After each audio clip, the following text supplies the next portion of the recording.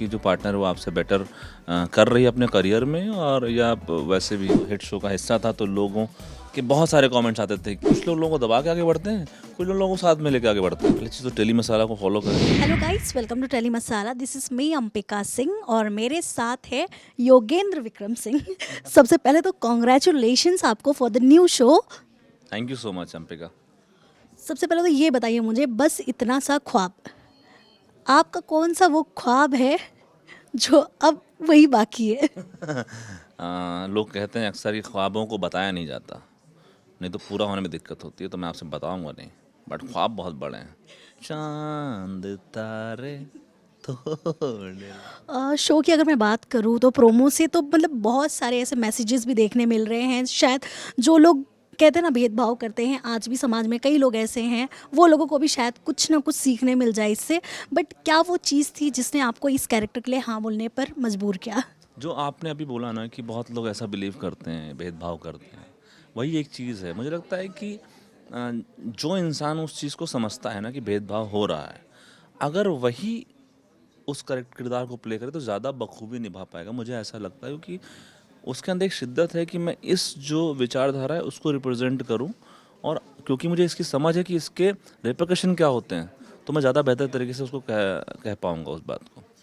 तो या समाज में आज भी कई ऐसे लोग हैं जो उनकी पार्टनर होती है, जो भी महिला होती है उनके साथ, जो भी वुमेन होती है, उसकी सक्सेस को वो कहीं ना कहीं डाइजेस्ट नहीं कर पाते अगर वो उनसे ज़्यादा सक्सेसफुल होती है। तो इस पर क्या टेक है आपका?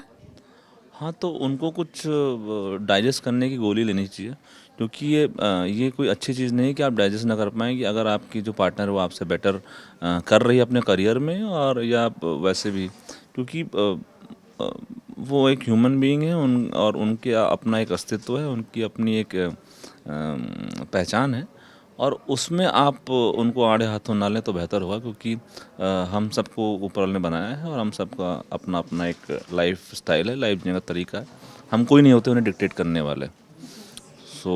ये बिल्कुल ही विचारधारा अच्छी नहीं है, और हमें पता है कि बहुत हिम्मत चाहिए इस विचारधारा को बदलने के लिए, क्योंकि बातें बहुत होती हैं, लेकिन उसको वाकई उस चीज़ को अडेप्ट करना, और उस चीज़ उस विचारधारा पे चलना बहुत मुश्किल काम है। ऑल्सो योगेंद्र जी, अगर आप देख सकते हैं इन दिनों शादियां जो हैं वो काफ़ी कम चल रही हैं, मतलब लोग अपना वो रिश्ता निभा नहीं पा रहे। तो क्या हम इसे कह सकते हैं ऐसा कि मतलब जितना जो हमारी देश की जो महिलाएं हैं जितनी सक्सेस हो रही हैं, क्या इसके वजह से कहीं ना कहीं वो शादी के रिश्ते में वो एक कह सकते हैं रुकावट आ रही है या निभा नहीं पा रहे रिश्ता? मुझे ऐसा लगता है ना कि बात ये नहीं कि हम वो रुकावट आ रही हो कि वो सक्सेसफुल हो रही हैं। बात ये है ना कि हम रिश्तों के मायने को ना भूल रहे हैं। जैसे हम पहले जॉइंट फैमिलीज़ में होते थे, तो वहाँ बहुत सारे हमारी लाइफ में किरदार होते थे, दादा दादी, मम्मी, सास ससुर, पापा, सब कुछ, है ना। और हम अपनी रिस्पॉन्सिबिलिटी से भाग रहे हैं, हमें ना हर चीज़ बोझ लग रहा है, और हम खुश तब भी नहीं हैं, है ना। हम जब जॉइंट फैमिली में थे तब भी खुश नहीं थे, हम अलग हो गए, अब हम अकेले पड़ गए, हम तब भी खुश नहीं है कि अकेले क्यों हैं। और हमें क्या चाहिए एक्चुअली, हम वो समझ नहीं पा रहे हैं। रिश्ते इसलिए टूट ज़्यादा रहे हैं, है ना, कि बशर्ते कि वो तो हम एक उसको रीज़न दे देते हैं, अपने दिमाग में रीज़न दे देते हैं, या सोच लेते हैं कि शायद इनको ये अच्छा नहीं लग रहा है या वो अच्छा नहीं लग रहा है। एक्चुअली अगर रूट कॉज हमें पता लग जाए ना किस वजह से क्या चीज़ मुझे अच्छी नहीं लग रही है, तो उससे अच्छा पल एक इंसान के लिए होगा नहीं। क्योंकि आपको वो पता लग गया और आपने उस चीज़ को एक्सेप्ट कर लिया कि साहब ये मेरे अंदर प्रॉब्लम है, इस वजह से हो रहा है। सो हम कोई एक इंसान ढूंढते हैं अपनी लाइफ में वो ब्लेम करने के लिए। तो कब अब क्या होता है कि जॉइंट फैमिली तो रही नहीं, दो ही लोग हो आप, तो एक दूसरे को ब्लेम करते हैं कि तुम ऐसा करती हो तो मैं ऐसा हो जाता हूँ, मैं ऐसा, वो बोलेगी तो आप ऐसा करते हो तो मैं ऐसी हो जाता हूँ, हो जाती हूँ। तो ये सिर्फ दोषारोपण चल रहा है। अगर शांति से बैठ के सोचा जाएगा ना, देखा जाएगा, तो बहुत सारे मुद्दे बातों से रिजॉल्व किए जा सकते हैं। और कभी कभी हम महत्वाकांक्षाओं को पूरा करते करते अपने रिश्तों को नज़रअंदाज कर देते हैं। आपने फिल्मों में भी काम किया है, डेली सोप में भी आप काम कर चुके हैं, बट उसमें डिफरेंस क्या आप क्या देखते हैं? बिकॉज कई बार ऐसा होता है ना, जब कोई टीवी का एक्टर जब वो बॉलीवुड में डेब्यू करता है तो उसे जब टीवी एक्टर कहा जाता है ना, कहीं ना कहीं वो मतलब एक अजीब सा उसका रिएक्शन आता है। सो आप तो फिल्मों से फिर आप डेली सोप में आए, आपका क्या रिएक्शन आता है? मुझे ऐसा कोई डिफरेंस नहीं लगता, मुझे लगता है सिर्फ समझ की बात है। अगर आप समझते हैं अपनी क्राफ्ट को या मीडियम को तो बहुत इजी हो जाता है चीज़ें करने के लिए। कोई मुझे बोले कि टीवी का एक्टर, फिल्म का एक्टर, ये डिफरेंशिएट, ये सब जार्गन्स हैं। इसमें कोई वो नहीं, एक्टर एक्टर होता है, वो मीडियम कोई भी हो। अगर कोई थिएटर करता है तो वो भी एक एक्टर है ना। सो जब तक हम अपना काम ईमानदारी से कर रहे हैं, जो हमें उसी फोकस करना चाहिए, ना कि इस पे कि हमें कोई टीवी का एक्टर बुला रहा है, फिल्म का एक्टर बुला रहा है। मैं एक एक्टर हूँ जो डिफरेंट किरदार्स को प्ले करना चाहता है, बस इतनी सी बात है।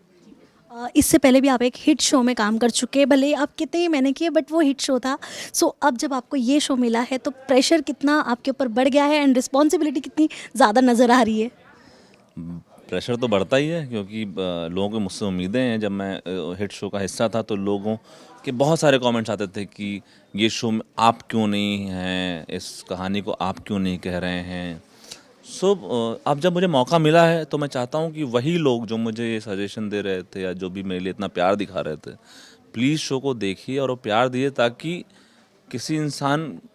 कोई इंसान ये हिम्मत कर सके कि हाँ, वो अपने अपने क्राफ्ट पे ट्रस्ट कर सके कि हाँ, मेरे अंदर वो कुव्वत है जो अपने कंधों पर मैं शो को आगे बढ़ा सकता हूँ।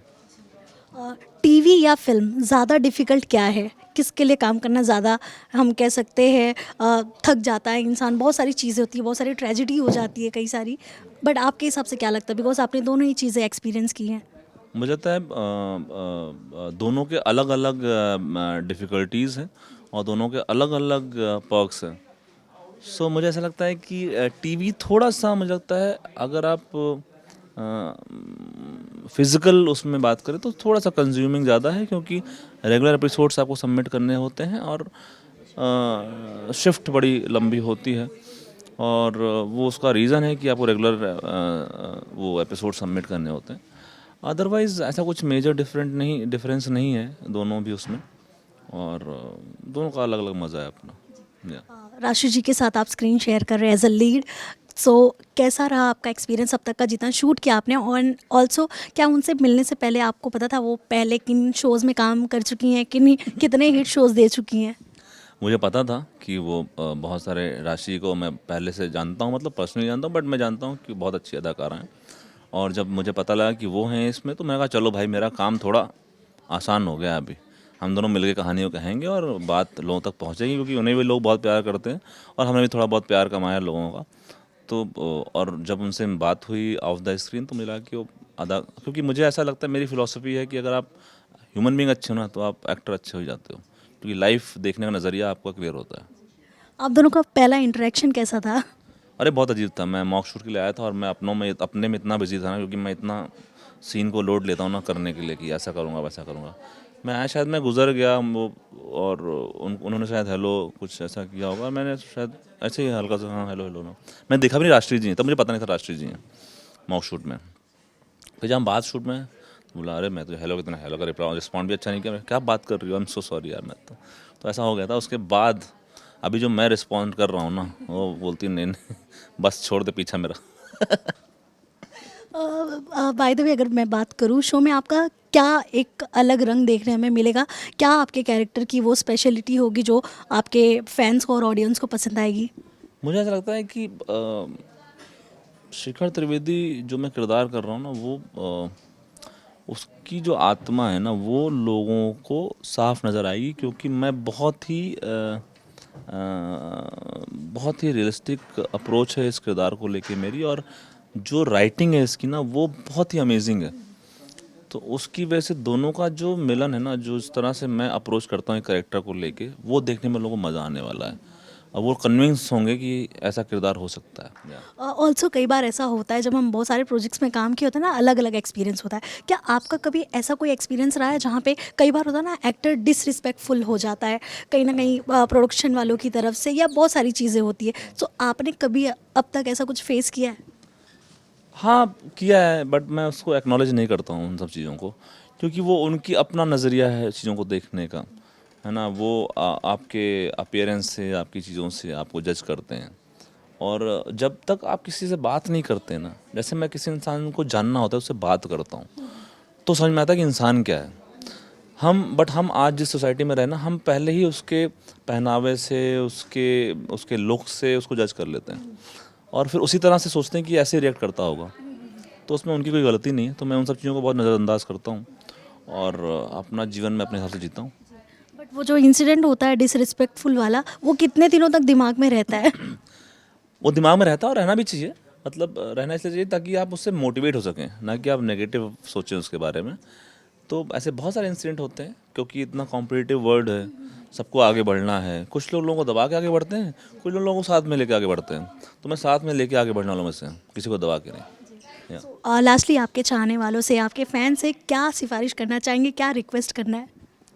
पहली चीज़ तो टेली मसाला को फॉलो करें, है ना। और दूसरी चीज़ ये कि आप योगेंद्र का जो काम है उसको देखें, समझें।